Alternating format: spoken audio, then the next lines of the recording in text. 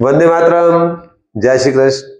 तो प्यारे बच्चों, नीट 2026 की एग्जाम रीनीट 21 जून को होने जा रही है और आप इस एग्जाम के लिए पूरी ताकत के साथ और शिद्दत के साथ तैयारी कर रहे हैं। तो मिड क्लास आपके लिए कुछ स्पेशल चैप्टर्स के स्पेशल क्वेश्चन लेकर आया है और आप नोट कर दीजिए, आपके 21 जून की होने वाली एग्जाम में इस चैप्टर से हम जो आपको ट्रिक्स और क्वेश्चन बताएंगे, जो प्रिडिक्शन हम बताएंगे आपको कि ये क्वेश्चन आ सकते हैं और डेफिनेटली आएंगे, तो आप नोट कर लें। इस चैप्टर को हमारे अनुसार इतना पढ़ लें और जो क्वेश्चन हम आपको बता रहे हैं पहले उनको कर दें। आप अपनी पढ़ाई जारी रखें, लेकिन जो क्वेश्चन हम बताएंगे उनको आप एक बार अच्छे से कर दें। शायद ये क्वेश्चन आ जाए और आप इस चैप्टर से 8 नंबर 2 क्वेश्चन आ सकते हैं, तो 8 नंबर आप सिक्योर कर लें। तो चलिए हम शुरू करते हैं। Dual nature of light. बड़े शॉर्ट में हम बात करेंगे कि लाइट का ड्वेल नेचर क्या होता है। तो आपने देखा होगा कि लाइट से रिफ्लेक्शन होता है और उसी लाइट से हम फोटो सेल, मतलब हम लाइट से चलने वाले सेल, सोलर सेल चलाते हैं। तो बस आपको इतना समझना है कि सोलर सेल लाइट उसी लाइट से चलते हैं जिस लाइट का रिफ्लेक्शन होता है। मतलब लाइट जब रिफ्लेक्ट होती है तो लाइट की एक रे प्रॉपर्टी के बारे में डिस्कस करते हैं कि एक लाइट रे आई और एक मीडियम से वो गुजरी और रिफ्लेक्ट या रिफ्रैक्ट होकर चली गई। लेकिन वही लाइट जब किसी फोटो सेंसिटिव प्लेट पर गिरती है तो इलेक्ट्रॉन इमिट करती है। अब लाइट में ये जादुई चीज कहां से आई? तो डिस्कवरी के बाद पता लगा कि लाइट का एक और नेचर होता है जिसको हम बोलते हैं पार्टिकल नेचर। इस लाइट में एनर्जी के छोटे छोटे पार्टिकल है जिनको कहा जाता है फोटॉन। मतलब आपका लाइट ऊर्जा के बंडलों से मिलकर बना हुआ है। ये वही लाइट जो ग्लास में या मिरर में रिफ्लेक्ट या रिफ्रैक्ट हो जाता है।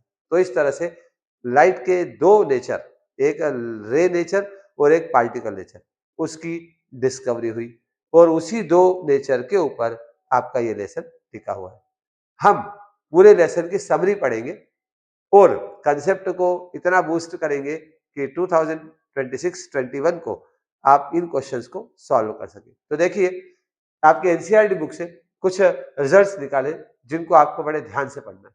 सबसे पहले जो लाइट के डबल नेचर है, वेव नेचर और एक पार्टिकल नेचर, इन दोनों नेचर में जो लाइट की वेवलेंथ है वो सेम होती है। उसी वेवलेंथ को डी ब्रॉगली ने बताया और डी ब्रॉगली के अनुसार जो लाइट के ड्वेल नेचर में जो वेवलेंथ निकलती है उसका फार्मूला है lambda equal to H upon P, energy of electron in the term of de Broglie wavelength. तो सबसे पहले आप ये डी ब्रॉगली वेवलेंथ को समझे, इसका डिटेल हम आपको लॉन्ग वीडियो में बताएंगे। डी ब्रॉगली ने वेव नेचर और पार्टिकल नेचर को कंबाइन किया और एक फार्मूला दिया जिसको बोलते हैं de Broglie wavelength, lambda equal to H upon P. चलिए अब एक चीज हम आपको क्लियर करते हैं कि ये जो वेवलेंथ है इसमें एच तो प्लांक कांस्टेंट होता है, आपने पढ़ा होगा। तो मैं फिर आपको एक बार बता दूं, जो बहुत नॉर्मल चीजें हैं वो मान के चलो कि आपको आती है, मैं आपको सिर्फ इसकी हाईलाइटेड चीजें बताऊंगा। तो जो डी ब्रॉगली वेवलेंथ है वो है एच अपान पी। अब आपको पता है पी होता है momentum, P equal to momentum. तो यहां पर एक महत्वपूर्ण चीज है, अगर इलेक्ट्रॉन चले तो इलेक्ट्रॉन में मटेरियल होता है, मास होता है, उसमें मास होता है। तो इलेक्ट्रॉन जब चलेगा तो वो भी वेव के रूप में चलेगा और फोटॉन मतलब लाइट की जो वेव चलेगी उसमें फोटॉन होता है जिसका मास नहीं होता। करेक्ट? तो अगर इस फार्मूले को हम इलेक्ट्रॉन के लिए यूज करेंगे तो H upon M V, momentum को हम लिखेंगे एच अपान एम वी। पर अगर इसी डी ब्रॉगली की इस वेवलेंथ को मैं फोटॉन के लिए यूज करूंगा तो लिखूंगा lambda equal to H upon P, जो है वो है फोटॉन, फोटॉन का मोमेंटम। ठीक है, चलिए तो अब आपको याद करना है डी ब्रॉगली वेवलेंथ का ये फार्मूला। ओके, अब सबसे पहले आता है कि फोटॉन। सबसे पहले हम फोटॉन की बात करेंगे, फोटॉन क्या होता है।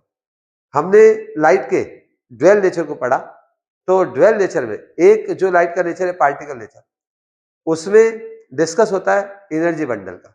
हमारा लाइट डिसकंटिन्यूअस एनर्जी बंडल से बना हुआ होता है, डिस्क्रीट बोल सकते हैं उसको, खंड में बटा हुआ। इस खंड में बटे हुए लाइट को क्वांटम थ्योरी से समझा जा सकता है। अभी यहां पर क्वांटम थ्योरी के डिटेल में हम नहीं जाएंगे। तो लाइट जो है क्वांटम में बटा होता है। क्वांटम मतलब लाइट के अंदर एनर्जी के छोटे छोटे बंडल, और उस बंडल को हम क्वांटा बोलते हैं। और आपको पता है बहुत मोस्ट कॉमन, वो क्वांटम फोटॉन कहे जाएंगे, और एक फोटॉन की एनर्जी होती है एच न्यू। क्लियर? यहां पर एच प्लांक कांस्टेंट है और न्यू जो है वो फ्रीक्वेंसी है। मतलब जो लाइट का रेडिएशन हम डिस्कस कर रहे हैं, उस रेडिएशन में एनर्जी बंडल है, तो उस लाइट के रेडिएशन की एनर्जी हो गई E equal to H. Clear? अब ये जो न्यू है फ्रीक्वेंसी, चूंकि ये लाइट है, तो लाइट की स्पीड अगर हम c माने, लाइट चूंकि वेव फॉर्म में चल रहा है तो उसमें वेवलेंथ होती है। तो एक फार्मूला भी आपने डिस्कस किया है, पढ़ा है, v equal to velocity of light, मतलब c कर ले, c equal to nu into lambda. Nu है आपका फ्रीक्वेंसी, लेमडा है आपकी वेवलेंथ, और c जो है वो वेलोसिटी ऑफ लाइट है। तो चूंकि फिजिक्स में हम क्या करते हैं, एक फार्मूले को अलग अलग टर्म में शो करते हैं।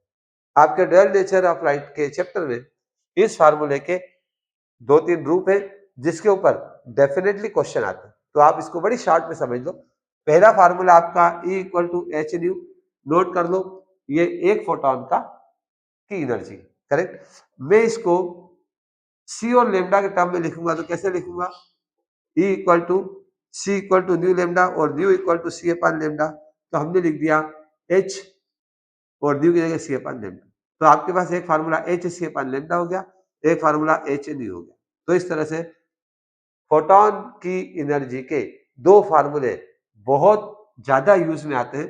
तो आप इन दो फार्मूलों को डिस्कस कर लो, इस फार्मूलों को आप नोट डाउन कर लो। अब हम क्या करेंगे, नीट में क्वेश्चन को क्विकली सॉल्व करने के लिए इन फार्मूलों की वैल्यूज को कैसे लिखेंगे। तो E इक्वल टू, अगर हम एच सी अपॉन लेमडा ये वाले फार्मूले का यूज करते हैं, तो H और C की वैल्यू फिक्स है। H होता है 6.6 इंटू 10 पावर माइनस 34 और C होता है 3 इंटू 10 पावर 8। अगर दोनों को हम मल्टीप्लाई कर देते हैं तो हमारे पास एनर्जी का फार्मूला हो जाता है 1.98 इंटू 10 पावर माइनस 34 प्लस 8, तो minus 26 upon lambda into metre. Most of the time हम इस फार्मूले का डायरेक्ट यूज करेंगे और हम क्वेश्चन को विद इन 30 सेकंड सॉल्व कर लेंगे। तो आपको ये फार्मूला अच्छे से दिमाग में बिठाना है, और आई थिंक कि आपको ये फार्मूला याद भी होगा, क्योंकि आपने साल भर पढ़ा होगा, तो नेचुरली इस फार्मूले का कई बार यूज किया होगा। चलिए आगे बढ़ते हैं, और आप देखेंगे बोर्ड पर हमारे पास अगला फार्मूला है मोमेंटम ऑफ फोटोन। ये तो हमने लिख दिया energy of photon. Correct? Energy of photon का फार्मूला ये हो गया। अगर एनर्जी ऑफ इलेक्ट्रॉन की बात करेंगे जब भी, तो उसमें मास भी आएगा, और फोटोन में मास होता नहीं। ठीक है? अब हम बात करते हैं मोमेंटम ऑफ फोटोन। इसका भी बहुत यूज होता है। Momentum of photon P equal to E upon C। मतलब फोटोन की एनर्जी होगी P इंटू C। P है मोमेंटम ऑफ फोटोन, C है लाइट की वेलोसिटी, क्योंकि फोटोन लाइट से रिलेटेड है और लाइट की वेलोसिटी को हम C से मेंशन करते हैं। तो इस तरह से E equal to P dot C, मतलब फोटोन का मोमेंटम और लाइट की वेलोसिटी। तो E equal to P upon C, या फोटोन की momentum P equal to E upon C। इसको भी आप अच्छी तरह से दिमाग में बिठा ले। ये फार्मूला भी फ्रीक्वेंटली आपके न्यूमेरिकल्स में यूज होता है। ठीक है? अगला एक और मोस्ट कॉमन क्वेश्चन आते हैं आपके इसमें नीट में, कि किसी सरफेस पर सेकंड कुछ फोटोन इंसिडेंट हो रहे हैं। अगर आपके रेडिएशन का पावर समथिंग कुछ भी वॉट है, तो बताइए पर सेकंड कितने फोटोन गिरेंगे। ये क्वेश्चन अलग अलग स्टाइल में आपके नीट में कई बार आ चुका है। तो हम बात करेंगे पावर ऑफ रेडिएशन की। मतलब जब आप लाइट सोर्स से लाइट का रेडिएशन निकालेंगे तो उस रेडिएशन में पावर भी होता है, और power of radiation equal to N H nu. N होता है number of photon per second, correct. तो इस फार्मूले को भी आप दिमाग में अच्छी तरह फिट कर दें। Power of photon, power of radiation, sorry, power of radiation is number of photon per second into H into nu, so called regular formula. हो गया। एनर्जी ऑफ फोटोन हम ऑलरेडी डिस्कस कर चुके हैं, एच न्यू। उसका एक और रूप होता है एच सी अपान लेमडा। अब हम एच सी अपान लेमडा को कन्वर्ट करेंगे, एच और सी की वैल्यू रखेंगे, तो हमने बताया था 1.98 आएगा, लगभग 2 के बराबर। तो 2 इंटू 10 पावर माइनस 25 जूल होगा। और अगर हम इसको इलेक्ट्रॉन वोल्ट में शो करेंगे तो 12.41 इंटू 10 पावर माइनस 7 अपान लेमडा इलेक्ट्रॉन वोल्ट होगा। ऐसा का ऐसा फार्मूला यूज आता है। अभी तक के नीट के क्वेश्चंस में कभी भी इस फार्मूले का कोई और रूप नहीं आया। आपको ऐसे फार्मूले को याद करना है और ऐसा कैसा फिट हो जाएगा, जिससे आप क्वेश्चन 30 सेकंड में कर पाएंगे। चलिए, अब ये तो हमारी फोटोन की बात हुई कि एक फोटोन की एनर्जी क्या है, एक फोटोन का मोमेंटम क्या है, और एक फोटोन का पावर क्या है। बाय गॉड, मैं आपको जो ट्रिक बताऊंगा इसी पर क्वेश्चन आएंगे। क्वेश्चन भी बताऊंगा कौन से क्वेश्चन आएंगे, और आप चेक करना 2026 के 21 जून वाले पेपर में क्वेश्चन उसी थीम पर, उसी कंसेप्ट पर आएंगे। वो डिजिट हो सकता है बदली भी हो, थोड़ी सी भाषा हो सकता है बदली भी हो, लेकिन जिस फार्मूले के हम डिस्कस करेंगे, जिस कंसेप्ट की बात करेंगे, उसी कंसेप्ट पर वो क्वेश्चन आपके फिट बैठेंगे। ये प्रिडिक्शन है 2026 में 21 जून को होने वाले एग्जाम में बच्चों को थोड़ी सी हेल्प हमारी ओर से है, और ऐसे हर चैप्टर के प्रिडिक्शन हमारे पास है, और नियर अबाउट 90% क्वेश्चन वैसे बैठ जाते हैं, राइट। तो चलिए हम आगे बढ़ते हैं। अब हमने क्या पढ़ा कि डी ब्राउनी वेवलेंथ पढ़ ली हमने, एक फोटोन की एनर्जी पढ़ ली, एनर्जी को हमने एच और सी की वैल्यू रख करके जूल और इलेक्ट्रॉन वोल्ट में हमने ये कैलकुलेशन भी कर ली। इसके बाद एक और चीज जो बहुत ड्रामेटिक है और नीट में कई बार पूछी गई है और पूछी जाती है, तो उसमें डी ब्राउनी वेवलेंथ इलेक्ट्रॉन की और डी ब्राउनी वेवलेंथ फोटोन की, ये दो चीजें कई बार पूछी जाती है, और इसमें कभी कभी बच्चों को कंफ्यूजन होता है। तो चलिए हम कंफ्यूजन दूर करते हैं। आइए बोर्ड पर और देखिए, हमारे डी ब्राउनी वेवलेंथ का formula lambda equal to H upon P, ठीक है। फोटोन की बात करेंगे तो फोटोन के लिए मोमेंटम का फार्मूला होता है P इक्वल टू ई अपान सी। तो फोटोन की wavelength, de Broglie wavelength H C, photon की डी ब्राउनी वेवलेंथ को लिखा जा सकता है एच सी अपान ई। क्लियर, याद रखना। अब हम बात करेंगे इलेक्ट्रॉन की de Broglie wavelength, lambda equal to same formula H upon P. अब आपको पता है इलेक्ट्रॉन में मास होता है, ये मास पार्टिकल है, तो यहां पर जो आपका मोमेंटम है वो क्या लिखा जाएगा, H upon M into V. Clear.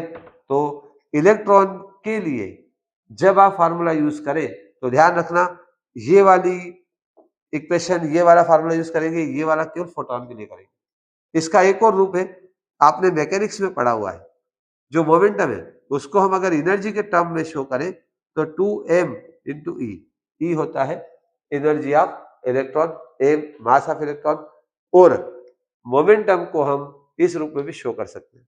तो प्यारे बच्चों, आपके लिए ये मास्टर फार्मूले 1, 2 और ये 3 और ये 4, ये रिजल्ट आप दिमाग में रखना। क्विक फास्ट क्वेश्चन आएंगे और आप इसको रख देंगे। तो हम एक छोटा सा वीडियो हमने बनाया है, इसका अगला भाग आप अगले पार्ट में देखना, उसमें हम फोटो इलेक्ट्रिक इफेक्ट को डिस्कस करेंगे और 2026-21 जून को आने वाली परीक्षा में इस चैप्टर से जो क्वेश्चन आने वाले हैं, मैं उस क्वेश्चन के बारे में आपको बताऊंगा, उसकी एग्जैक्ट लोकेशन दूंगा कि यहाँ से ये क्वेश्चन आएंगे। आप पहले इन क्वेश्चन को कर लेना, बाकी फिर आपकी जो स्टडी है वो आप कंटिन्यू रखना। और हम हर सपनों को पूरा करेंगे, हर आंखों में जो डॉक्टर बनने के लिए बायो जिन्होंने लिया है और डॉक्टर बनने के लिए जिन्होंने अटेम्प्ट किए हैं, उन सब के सपने पूरे करेंगे। बस आपको हमसे जुड़े रहना है। अति शीघ्र हमारी लाइव क्लासेस शुरू हो रही है, जिसमें डेफिनेटली हम सिलेक्शन करा के ही मानेंगे और इस तरह का मटेरियल तैयार किया है कि आपको साल भर की मेहनत में रिजल्ट मिलेगा और आप केवल 1 साल की मेहनत में अच्छे स्कोर बना सकते हैं। और हमारा टारगेट है कि आप 650 के ऊपर जाए, डेफिनेटली जाएंगे। बस पूरी लगन से मेहनत करें एवं हमारे साथ बने रहें। अगर आप 2027 में नीट की तैयारी करने का सोच रहे हैं तो आप बने रहिए। मैं आपको हर चैप्टर की short tricks with a full concept के साथ और विद अ फुल प्रिपरेशन के साथ, प्रैक्टिस के साथ आपको मैं ये मटेरियल प्रोवाइड करूंगा और आप अपने इस मटेरियल के साथ जब आप जुड़ेंगे और प्रैक्टिस करेंगे तो आपको आपके अंदर कॉन्फिडेंस महसूस होगा। आप लगने लगेगा कि हाँ, हम डेफिनेटली निकाल लेंगे। तो मिलते हैं हम इसके अगले पार्ट में फोटो इलेक्ट्रिक के साथ और वो क्वेश्चन जो हम आपको बताने वाले हैं, जो 2026-21 जून को आने वाले हैं। जब तक आप पढ़िए, खूब मेहनत कीजिए और अपने लक्ष्य को सफल बनाने की कोशिश कीजिए।